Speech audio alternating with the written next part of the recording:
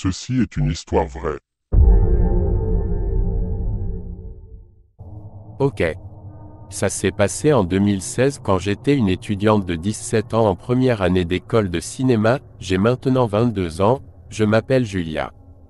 Je vivais seule dans mon tout premier appartement, il était vraiment petit mais j'étais vraiment fier de mon indépendance. Je ne me suis jamais senti en danger dans cet appartement pour plusieurs raisons. Il y avait plusieurs portes dans la résidence qui devaient être ouvertes par un code que seules les personnes qui y vivaient connaissaient.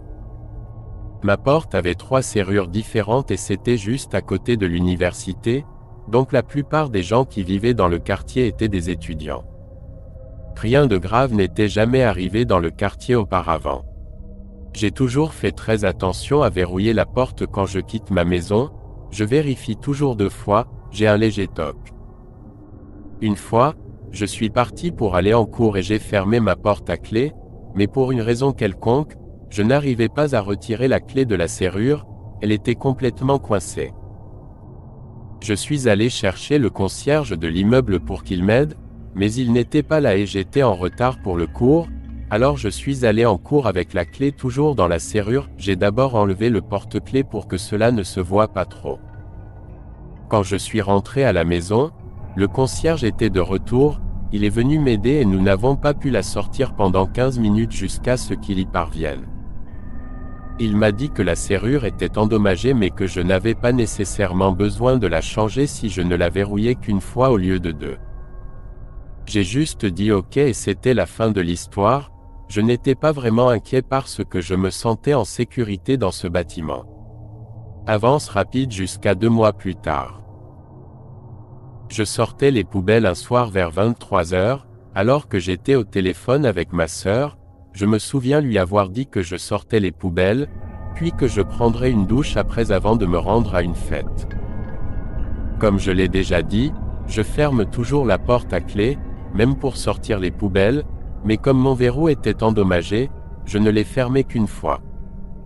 Quand je suis rentré dans mon appartement, j'ai trouvé la porte non verrouillée, ce qui m'a immédiatement alarmé.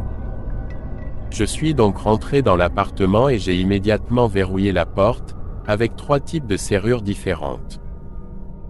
Lorsque vous entrez dans mon appartement qui ne fait que 215 pieds carrés, vous avez la pièce principale en face de vous et la porte de la salle de bain immédiatement à votre gauche. J'avais laissé la porte de la salle de bain légèrement ouverte, suffisamment pour que je puisse voir un homme dans ma douche, me tournant le dos. Naturellement, lorsque j'ai vu cela, j'ai essayé d'ouvrir la porte et de partir aussi vite que possible, mais ma serrure principale était endommagée depuis 2 mois et je n'arrivais pas à l'ouvrir, quels que soient mes efforts. À ce moment-là, tout ce à quoi je pouvais penser était le fait que je devais partir aussi vite que possible. J'ai sauté par la fenêtre sans vraiment réfléchir, je me suis dit que c'était la seule solution, sauf que j'habitais au 2e étage, alors je me suis complètement fracassé les chevilles sur le palier. J'ai commencé à courir comme je le pouvais et quand je me suis un peu éloigné du bâtiment, j'ai regardé en arrière et un homme était là, à ma fenêtre, qui me regardait fuir. J'ai pensé à 2 possibilités, soit l'homme allait sauter et me poursuivre, mais je n'irais pas loin avec mes chevilles tordues, soit il aurait peur de la hauteur et serait enfermé dans mon appartement. Heureusement, il a choisi la 2e option. Je suis allé me cacher dans un buisson un peu plus loin et j'ai appelé la police, qui est arrivée en 10 minutes à peine car j'habitais près de la gare. Ils ont poussé ma porte et l'homme était là, assis sur mon canapé, tenant un couteau de cuisine, attendant que je revienne comme s'il ne pensait pas que j'allais appeler la police. Ils ont arrêté le type et m'ont dit plus tard qu'il avait déjà été arrêté pour agression sexuelle, viol, tentative d'enlèvement et tentative de meurtre. Ils m'ont aussi raconté comment tout s'était passé, comme je l'ai dit, c'était un quartier très sympathique avec surtout des étudiants, donc il est entré dans le bâtiment grâce à d'autres personnes qui lui tenaient la porte. Il m'a ensuite entendu dire à ma sœur que j'allais prendre une douche, c'est pourquoi il m'attendait dans la salle de bain. Il a crocheté mon cadenas pendant que je sortais les poubelles. Il m'a apparemment remarqué sur le campus de l'école et m'a suivi jusqu'à mon domicile plusieurs fois avant de réussir à entrer. Il est resté à l'intérieur à m'attendre parce que j'avais récemment changé de téléphone et que le précédent était encore sur la table. Il a donc pensé que je n'avais pas de téléphone sur moi pour appeler la police.